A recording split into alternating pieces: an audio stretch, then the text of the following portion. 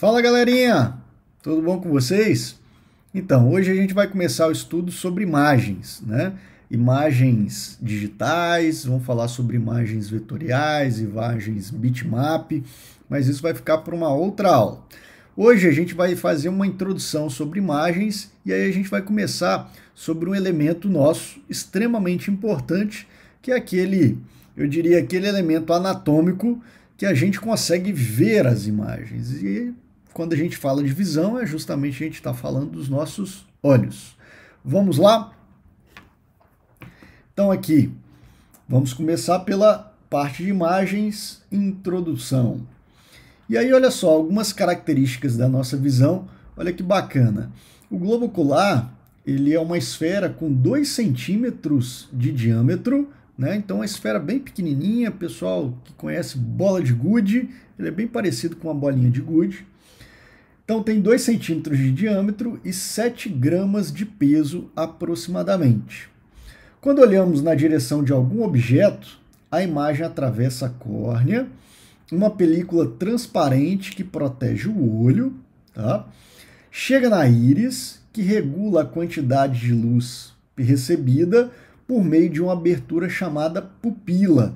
Então aqui, pessoal, depois a gente vai ver uma imagem dos nossos olhos, depois a gente vai voltar nesses elementos, e aqui um elemento bem interessante que é a pupila. Quando a gente vai fazer, por exemplo, algum exame oftalmológico, a gente pinga a secretária normalmente pinga aquele colíriozinho na gente, que é um medicamento para dilatar a pupila, né? Aquele pretinho no meio do olho, ele fica grande, né? Fica dilatado.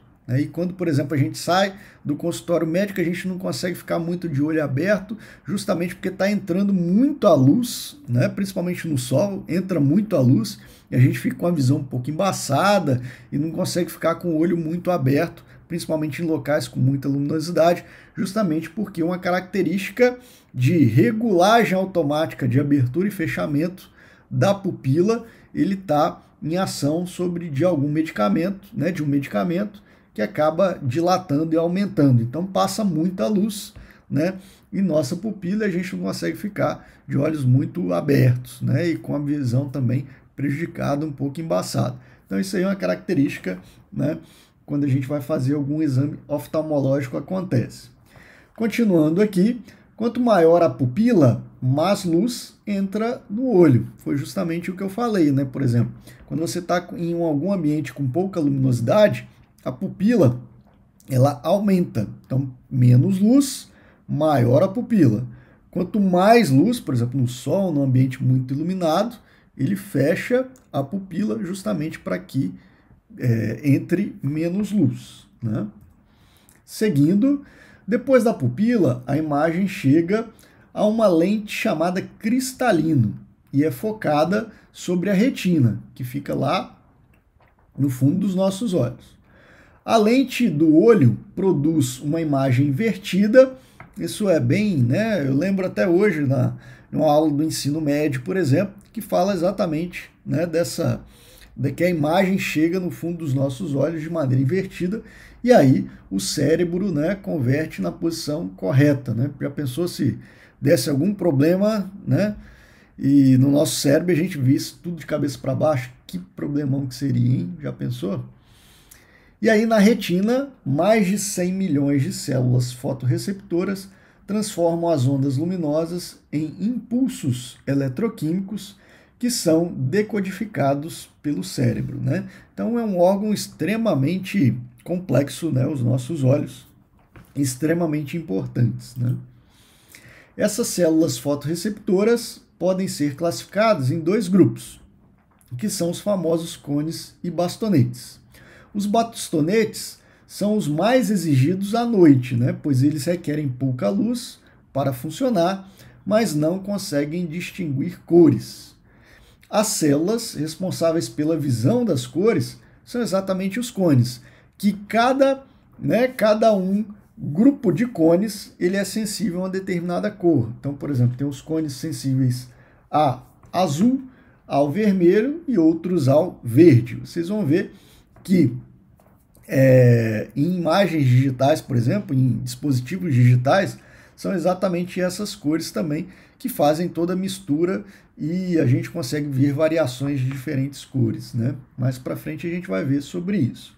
A estimulação combinada desses 3 grupos de cones, ele é capaz de produzir uma extensa gama de cores que o ser humano enxerga, né? Então o ser humano, por exemplo, é um dos seres vivos que consegue ver um espectro maior de cores possíveis, né? Outros animais, por exemplo, a gente vai ver daqui a pouco, que alguns animais, por exemplo, não conseguem ver determinadas cores. Porém, apesar de ser o espectro, né, do ser humano ser bastante grande, ainda se a gente fosse considerar todo o espectro, né, eletromagnético de cores possíveis, o ser humano ainda ele é bem limitado, tá bom? Daqui a pouco a gente vai ver. Embora nós possamos contar com nossos olhos para fazer a maior parte das informações do mundo externo, eles não são capazes de revelar tudo, como eu acabei de falar, né? Nós podemos ver apenas objetos que imitam ou sejam iluminados e emitam ou sejam iluminados por ondas de luz em nosso alcance de percepção, que representa somente, olha só que interessante, 1/70 de todo o espectro eletromagnético. Então a gente só consegue ver de todo o espectro eletromagnético de cor que existe no mundo, a gente só consegue perceber 1/70. Então o ser humano ainda, né, ele consegue enxergar um espectro bastante grande, né? Já pensa em outros animais. Daqui a pouco a gente vai ver sobre isso.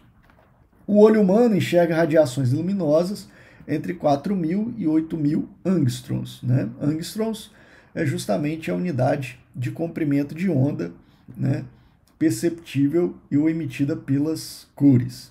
E aqui está um desenho, né, uma imagem anatômica aqui dos nossos olhos. Então aqui a pálpebra, a pupila, que eu expliquei para vocês, justamente esse meio aqui, que ele aumenta ou diminui conforme a luminosidade do ambiente, a esclerótica, que é a parte branca do olho, e a íris, que é essa partezinha colorida dos nossos olhos, né? Aqui um corte lateral do olho, para a gente ver o fundo dos olhos, o interior e o fundo dos olhos. Então aqui é toda a parte de corpo ciliar, a córnea, que é essa parte, né, que protege os nossos olhos aqui da frente, a íris, né, o cristalino, que é uma lente, aqui a retina, a coroide e o nervo óptico, que leva as informações para o nosso cérebro. E aqui eu vou deixar 2 materiaizinhos, depois eu coloco o link nas descrições do vídeo, que são 2 materiaizinhos bem interessantes, ó. Um deles fala sobre algumas características e curiosidades, né, do olho humano. Então, por exemplo, fala do daltonismo, que é uma doença, normalmente uma doença genética, né, onde a pessoa ela fica limitada, né, o espectro, né, de cores fica limitado. Então, por exemplo, às vezes uma cor que a gente enxerga, o daltônico, né, a pessoa que tem daltonismo não enxerga aquela determinada cor e acaba enxergando uma outra cor, né?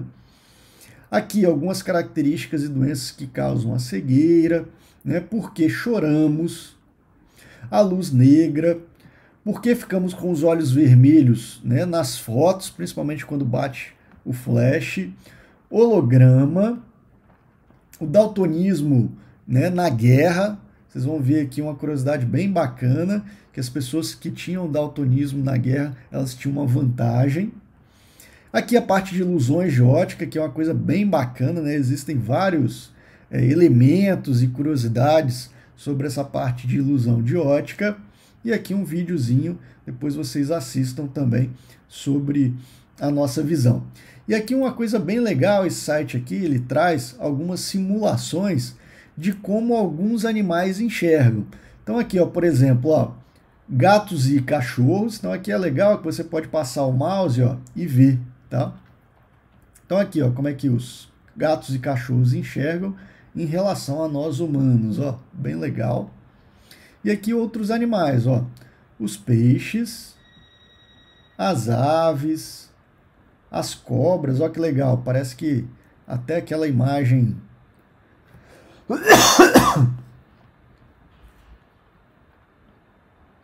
aquela imagem infravermelho, né, de calor, olha só que bacana, né, as cobras.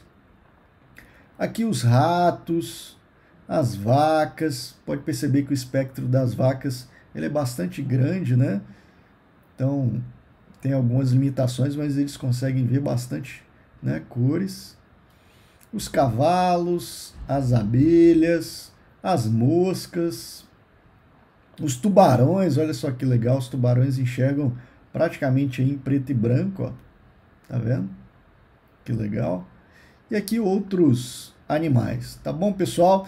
Então, fica aí, né, a explicação introdutória sobre imagem, algumas características, principalmente para a gente iniciar pela visão, e aí nos vemos nas próximas aulas. Beleza, pessoal? Até mais!